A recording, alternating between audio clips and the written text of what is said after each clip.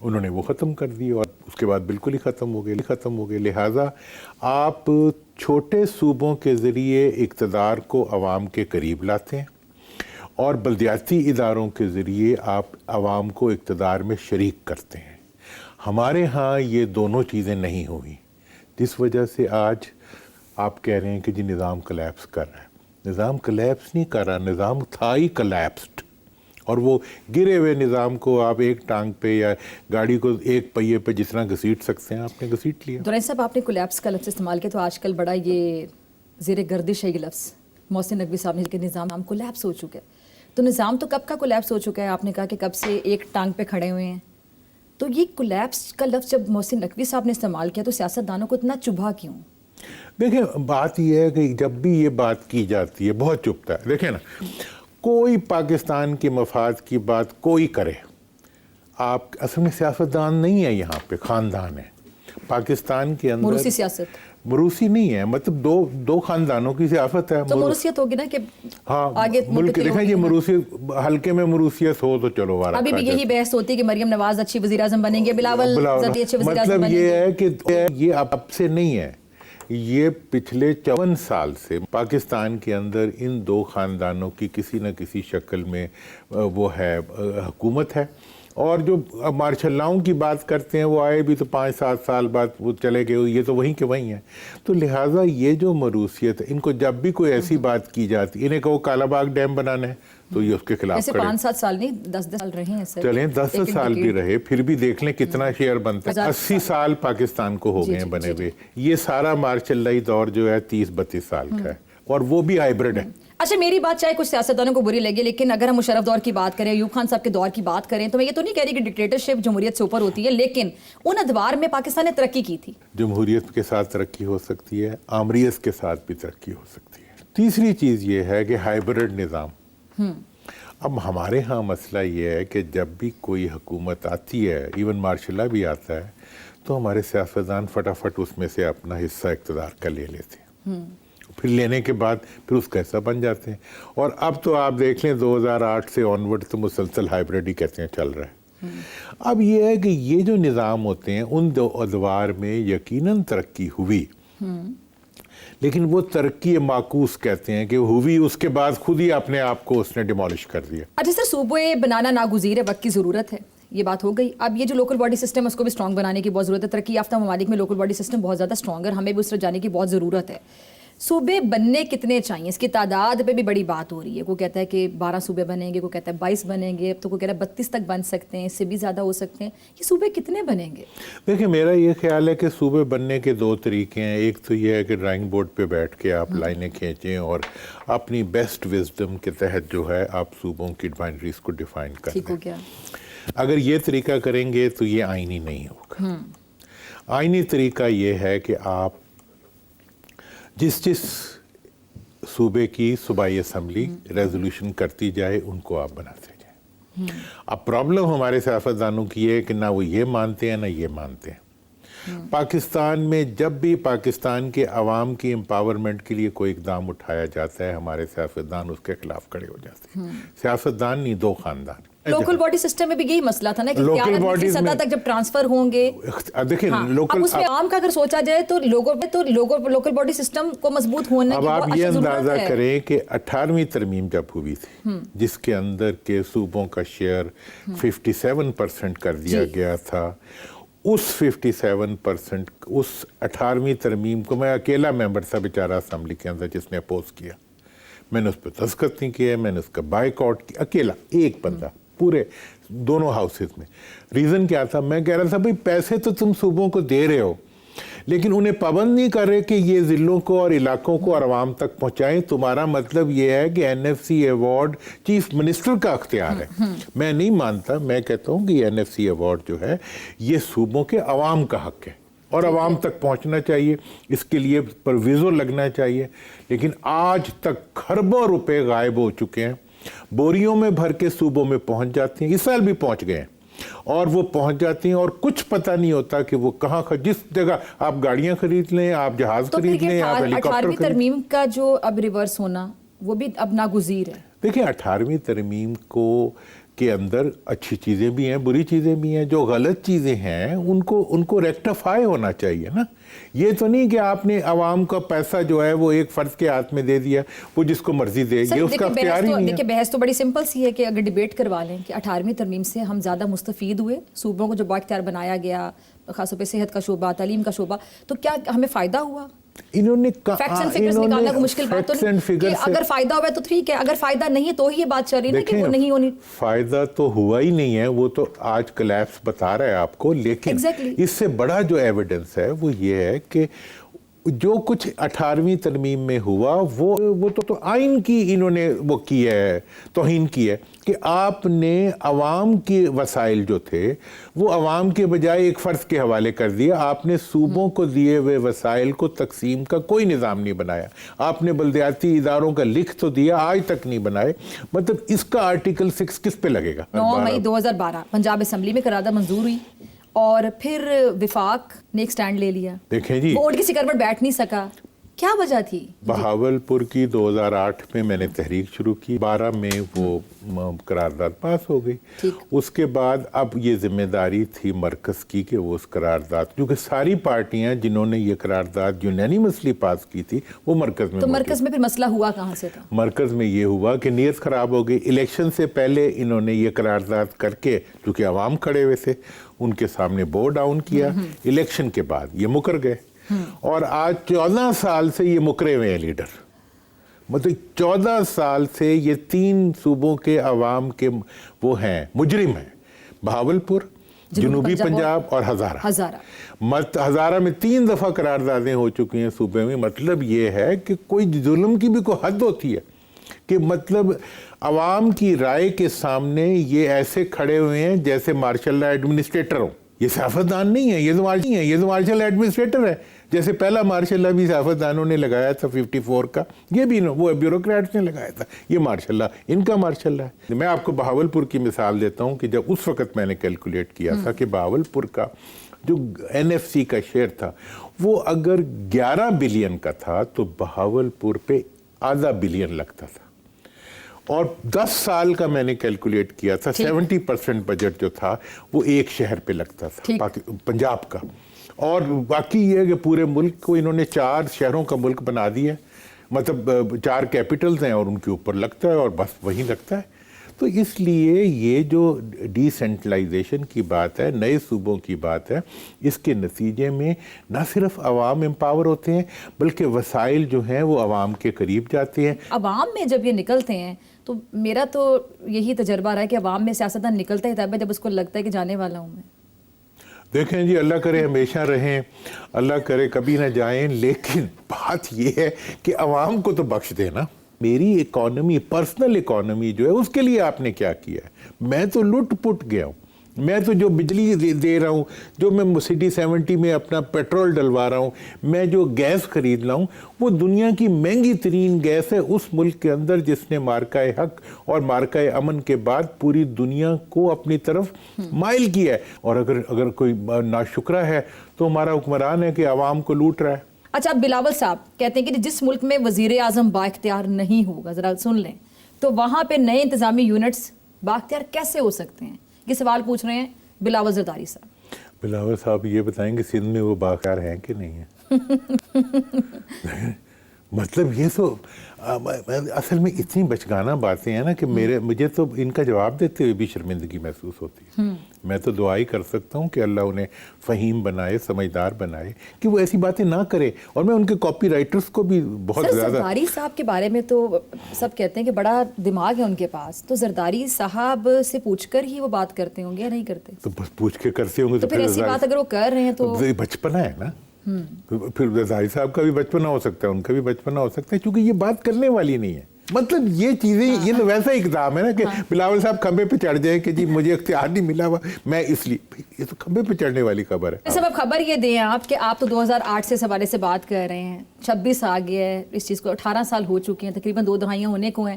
اب صوبے بنتے دیکھ رہے ہیں آپ عن قریب؟ میرا خیال یہ ہے کہ اس دفعہ صوبے بننے کے امکانات زیادہ ہیں. تقریباً کتنے %؟ چونکہ اس لیے زیادہ ہے، پرسنٹیجز میں نہیں دیا کرتا، نمبرز بھی نہیں دیا کرتا. زیادہ ہیں امکانات. ہاں زیادہ ہیں امکانات، اس لیے زیادہ ہیں کہ اس کے اوپر ایک تو عوام کا دباؤ بڑھ چکا ہے. عوام تنگ ہے. دوسری طرف یہ ہے کہ اسٹیبلشمنٹ کو بھی اس چیز کا احساس ہو گیا ہے کہ یہ جو سیاستدان ہیں یہ عوام کے فیور کا کوئی کام کرنے کے لیے تیار نہیں ہوتے. انہوں نے ابھی نہریں بنانے کی کوشش, انہوں نے جتنی SIFC بنائی, انہوں نے کالا باغ, مطلب ہم نے جو کام کر کے دیکھ لیا ہے. جہاں عوام کا بلدیاتی بنائے ختم کر دیے. یہ کہتے ہیں جی بلدیاتی ہونے چاہیے. پہلے تو اس کا تو جواب دو کہ تم نے ختم 2008 کے بعد جب تم اقتدار میں آئے, یہی پارٹیاں تھیں, کوئی پوچھنے والا. میرا وہی سوال کہ ڈکٹیٹر تھے جنرل مشرف صاحب اور وہ بلدیاتی نظام دے کے چلے گئے.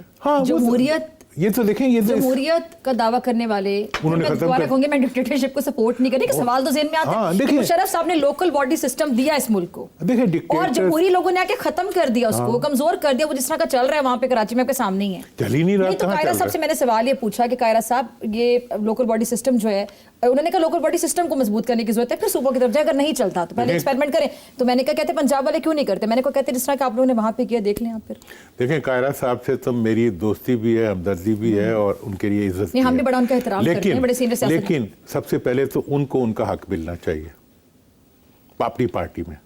یہ جتنے ہمارے لیڈرز ہیں نون والے پیپلز یعنی آپ کو لگتا ہے کہ قائرہ صاحب جو ہیں ان کو کہاں مطلب ان کو ایک مطلب ول کے نیچے بٹھا دیا گیا ہے, باقیوں کا بھی. کیونکہ بہت سے لوگ آپ بھی یعنی ان لوگوں کی طرح سوچتے ہیں جو کہتے تھے کہ ان کو گورنر پنجاب ہونا چاہیے. نہیں, میں گورنر, میں کسی عہدے کی بات نہیں کر رہا, عہدے تو بڑی معمولی بات ہے. ان کا ایک تاریخ, ایک سیاسی تاریخ ہے ان کی, بالکل, لیکن ان کا آج پارٹی میں وہ کیا ہے, کیا کر رہے ہیں پارٹی میں, ان کا کیا اختیار ہے. بلاول اگر وہ ہوتے تو وہ بلاول جیسی باتیں کرتے. تو اب یہ تو پھر ہماری مروثیت کا یہی انجام ہوتا ہے نا. اچھا دورانی صاحب, اب ذرا PTI کے حوالے سے بات کر لیتے, کیونکہ آپ بڑے قریبی ساتھیوں میں رہے اور ابھی بھی بہت سے لوگوں سے آپ رابطے میں رہتے ہیں. اور مجھے یاد ہے کہ پہلے آپ ایک میڈیٹر کا کردار ادا کرنا چاہ رہے تھے کہ کوئی نہ کوئی میڈیشن ہو جائے, لیکن نہیں ہو سکی, آپ کامیاب نہیں ہو سکے. آپ نے کوشش بہت کی, ایفرٹ بہت کی. اب آپ کو معاملات کہاں جاتے ہوئے دکھائی دیتے ہیں, اور یہ جو 27 تاریخ کا کہا جا رہا ہے, اور بہت سے لوگ کہتے ہیں 27 سے پہلے بھی 27 آ سکتی ہے, کیا ہونے جا رہا ہے؟ دیکھیں یہ کہاں کیا ہونا ہے, اس میں سے ویسے تو ملک میں کچھ بھی ہو سکتا ہے, لیکن اس قسم کی جو چیزیں ہوتی ہیں اس میں سے کچھ بھی نہیں ہوا کرتا. 27 کو اب دیکھیں ایجنڈا, جو پولیٹیکل ایجنڈا جس میں پبلک نہ ہو وہ کہیں جایا نہیں کرتا. اب یہ جو PTI کے اس وقت کی قیادت ہے, ایک تو ان کا مسئلہ یہ ہے کہ وہ سارے کے سارے وہ ہیں جنہوں نے نہ عمران کے ساتھ کام کیا ہوا ہے, نہ کوئی ایسی سٹرگل کی ہوئی ہے, بس وہ ایک پوزیشن پہ آ کے بیٹھ گئے ہیں اور پاپولیرٹی کی ویو کے اوپر آ گئے ہیں. تو اس وقت موسٹلی تو حکومت کی بی ٹیم کے طور پہ ہی PTI کی قیادت ایکٹ کر رہی ہے. لیکن PTI کے جو فالوورز ہیں وہ بھی شاید یہ ایکسپیکٹ کرتے ہیں ان سے کہ ان میں سے جو خان صاحب کو باہر نکالے گا جیل سے, جو اڈیالہ کا دروازہ کھلوانے میں کامیاب ہوگا, وہی شاید ہمارے ساتھ انصاف کر سکے گا. ان کے فالوور کی یہ رائے ہے. اب تو وہ دیکھیں نا, وہ رہائی سے رابطے تک آ گئے. تو عوام کیا کہتے ہیں کہ صرف ملاقات کر لیں جا کے. بہت شکریہ دورانی صاحب, آپ تشریف لائے, اور ناظرین آپ سے ملاقات ہوگی بریک کے بعد. ویلکم بیک ناظرین. بڑھتی ہوئی آبادی پاکستان کے لیے مستقبل کا بڑا چیلنج بنتی جا رہی ہے. اس وقت آبادی کے لحاظ سے پاکستان دنیا کا 5واں بڑا ملک بن چکا ہے. پاکستان کی آبادی میں سالانہ 2.5% کی شرح سے اضافہ ہو رہا ہے. اگر اسی تناسب سے آبادی میں اضافہ ہوتا رہا تو 2050 تک پاکستان کی آبادی 2 گنا بڑھ کر تقریباً 40 کروڑ تک ہو جانے کا امکان ہے. جبکہ ہمارے وزیر مملکت برائے صحت ڈاکٹر مختار احمد نے مزید خدشے کا اظہار کرتے ہوئے کہا کہ اگر موجودہ شرح افزائش برقرار رہی تو پاکستان کی آبادی 2040 میں 40 کروڑ تک پہنچ سکتی ہے. ماہرین کے مطابق آبادی میں مسلسل اضافے کے ساتھ تعلیم, روزگار, صحت, پانی اور خوراک جیسے بنیادی شعبوں پر دباؤ بھی بڑھتا جائے گا. اس وقت ملک کی تقریباً نصف آبادی معیاری طبی سہولیات سے محروم ہے. 16% افراد کو مناسب خوراک میسر نہیں, جبکہ 2.5 کروڑ بچے اب بھی اسکول سے باہر ہیں. اگر آبادی میں اضافہ اسی رفتار سے جاری رہا تو 2050 تک ملک کو 66,000 نئے اسکول, 6,79,000 اساتذہ, تقریباً 6.5 کروڑ نئی ملازمتیں اور 2 لاکھ سے زائد اضافی لیڈی ہیلتھ ورکرز کی ضرورت ہوگی. اس صورتحال سے نمٹنے کے لیے حکومتی اقدامات کے ساتھ ساتھ عوامی شعور اور انفرادی ذمہ داری بھی ناگزیر ہے. اس موضوع پہ بات کرنے کے لیے میرے ساتھ معزز مہمان موجود ہیں. ڈاکٹر آمنہ خان صاحبہ میرے ساتھ موجود ہیں, جو کہ کنٹری ڈائریکٹر ہیں جپائگو پاکستان کی. بہت شکریہ ڈاکٹر صاحبہ تشریف لانے کے لیے. اور سینئر اینکر پرسن توثیق حیدر صاحب اسلام آباد اسٹوڈیو سے جوائن کر رہے ہیں, آپ کا بھی بہت شکریہ وقت دینے کے لیے. آپ کی اجازت سے توثیق میں ذرا ڈاکٹر آمنہ سے شروع کرنا چاہوں گی. ڈاکٹر صاحب سب سے پہلے میں جاننا چاہتی ہوں جو باخبر خاندانی ایک منصوبہ بندی ہوتی ہے جس کو ہم انفارمڈ فیملی پلاننگ کا نام دے دیں, تو انفارم فیملی پلاننگ آخر ہے کیا, یہ کانسیپٹ کیا ہے, اگر آپ آسان الفاظ میں سمجھانا چاہیں, اور اس سے جو خاندانوں کی ایک زندگی کا معیار ہے, کوالٹی, وہ کیسے متاثر ہوتی ہے؟ تھینک یو فضا. بہت ہی کریٹیکل کویشچن ہے اور بہت ہی کروشل ٹائم پر, جب خاص طور پہ پاکستان کی آبادی ریپڈلی گرو کر رہی ہے. اس میں دو کردار بہت اہم ہوتے ہیں. ایک وہ جس نے فیملی پلاننگ کی مشاورت یا طریقہ کار میتھڈز کے متعلق بتانا ہوتا ہے, اسے باخبر ہونا چاہیے کہ کون سے میتھڈز موجود ہیں, ان کے وہ کس طرح دیے جاتے ہیں, ان کے ایڈوانٹیجز کیا ہیں, کن لوگوں کو دیے جاتے ہیں, ان سے چھوٹے موٹے سائیڈ ایفیکٹس کیا ہوں گے اور ان کو کیسے مینیج کیا جائے. تو اس کو کہتے ہیں تربیت یافتہ عملہ یا تربیت یافتہ ڈاکٹر, جو باخبر ہوتا ہے اپنی ان تمام چیزوں سے. دوسرے وہ لوگ ہوتے ہیں جنہوں نے ریسیو کرنی ہوتی ہے یہ طریقہ کار یا مشاورت. ان کو اپنی سچویشن سے وہ باخبر ہوتے ہیں. مجھے کوئی میڈیکل پرابلم تو نہیں, کیا میں روز ایک گولی کھا سکتی ہوں, کیا میں انجیکشن 3 مہینے بعد لگا سکتی ہوں, مجھے کتنی دیر کا وقفہ چاہیے, میرے کیا وسائل ہیں, میرے یہ ساری, وہ اپنی طور پہ اپنی سچویشن سے باخبر ہوتی ہے. سو معیار زندگی میں اب صحت کی بات کر لیتی ہوں. صحت اس طرح ملتی ہے کہ اگر ہم نے جتنے بھی گھر میں افراد ہیں ان کو ہم متوازن ہائی نیوٹریشن کی ہائی کوالٹی فوڈ عطا کریں تو ان کی فزیکل کیپیبلٹی اور فزیکل ہیلتھ بالکل ٹھیک ہو جاتی ہے. وہ کیسے کرنی ہے, اس خوراک میں کیا کیا شامل ہوگا, اس بارے میں بات کرتے ہیں. توثیق صاحب کی طرف میں جاتی ہے. توثیق صاحب, آپ نے ڈاکٹر آمنہ صاحبہ کو بھی سنا. اچھا توثیق حیدر صاحب, ہم کیمپینز دیکھتے آئے, اخباروں میں بھی اشتہارات کی صورت میں, اور ٹی وی پہ بھی کیمپینز چلتی رہی فیملی پلاننگ کے حوالے سے, پھر آگاہی مہم کہہ لیں, ہر طرح سے. لیکن کیا واقعی جو اچیو کرنا چاہتی تھی گورنمنٹ ایسی کیمپینز چلا کے, کیا وہ اچیو کیا جا سکا؟ دوسری بات کہ اگر اب ہم کہتے ہیں کہ ناگزیر ہے فیملی پلاننگ کے حوالے سے, اب ہم بھی پروگرام کر رہے ہیں, آپ بھی اس حوالے سے بات کر رہے ہیں, تو اٹ مینس کہ ہم چاہ رہے ہیں کہ یہ اویئرنیس لوگوں کو جائے. ٹی وی ایک بڑا پلیٹ فارم ہوتا ہے جہاں سے میکسیمم لوگ اویئرنیس ان کو ملتی ہے اور پھر وہ آگے بھی دوسروں کو بتاتے ہیں. تو آپ کو لگتا ہے کہ اب یہ ناگزیر تو بن گیا, یہ چیلنج بھی ہے, لیکن ہم اس کو اچیو کر پائیں گے جو ہم سوچتے ہیں کہ فیملی پلاننگ کے نظام کو بہتر بنایا جا سکے, میکسیمم لوگوں کو اویئر کیا جا سکے؟ آپ کے دوسرے سوال کا پہلے جواب دینا چاہوں گا. جو آپ نے کہا کہ اچیو کر پائیں گے, میرا خیال ہے ایبسولوٹلی یس.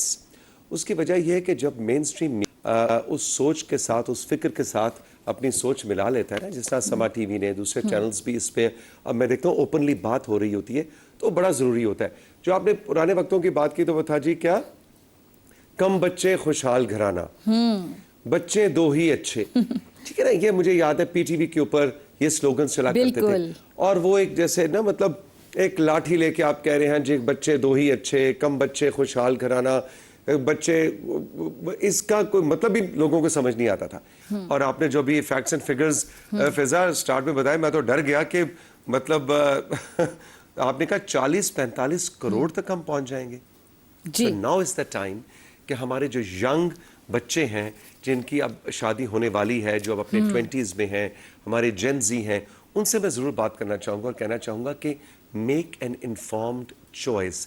یہ بات نہیں ہے کہ بچے کم ہوں, بچے 2 ہوں, نہیں, بچے جتنے بھی ہوں آپ ان کی پرورش اچھے انداز میں کر سکیں. ان کی ہیلتھ, ان کی ایجوکیشن, ان کی emotional well being. Emotional well being کو ہم نظر انداز کر جاتے ہیں.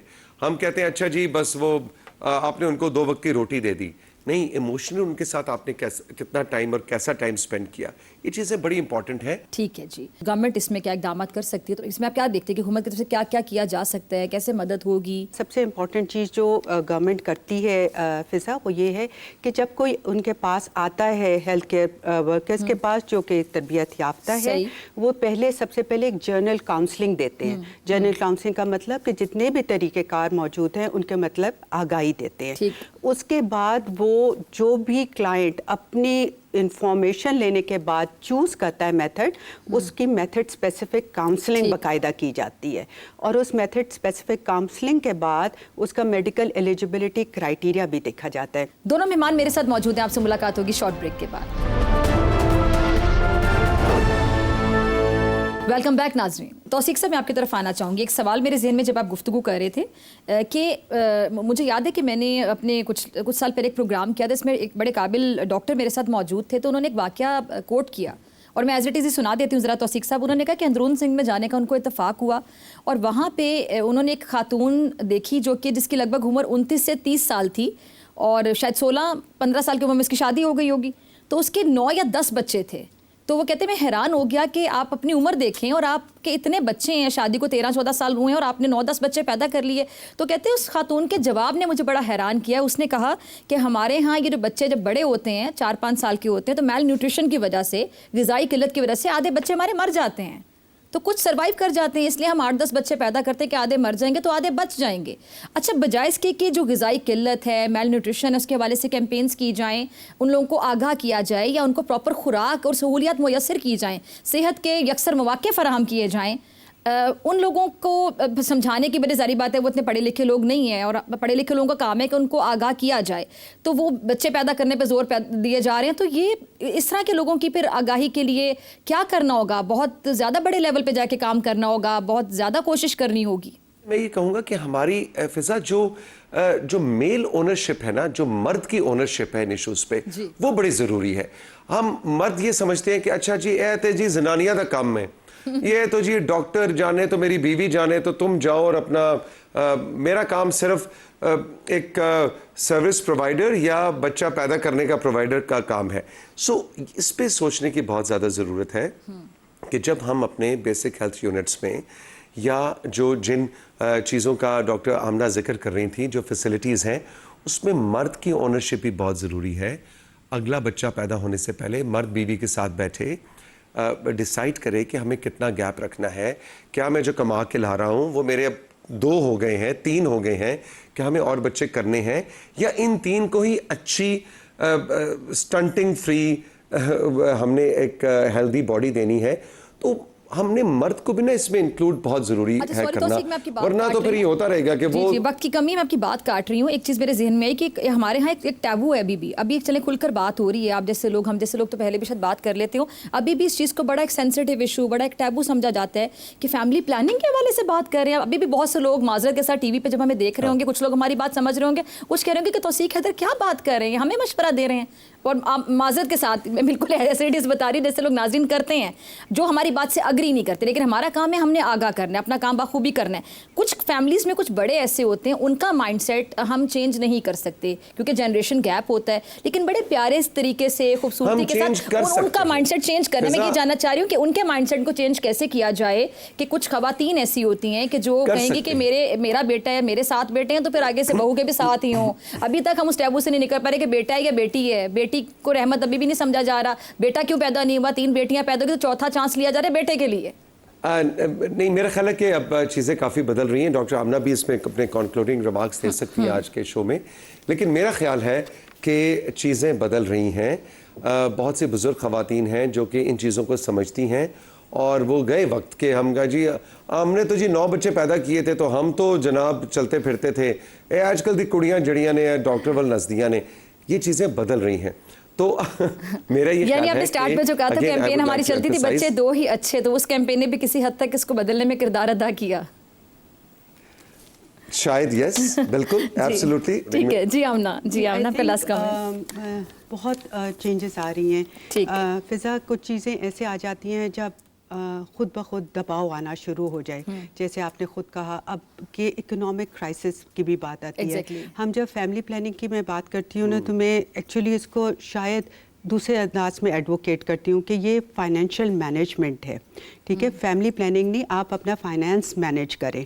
آپ کے جتنے وسائل ہیں, اب ایک گھرانہ جس سے آپ نے بات کی, اس نے 9 بچے پیدا کیے, 4 فوت ہو گئے, تو وہ سارا وقت مسلسل ایک مالی دباؤ کا شکار رہا ہوگا.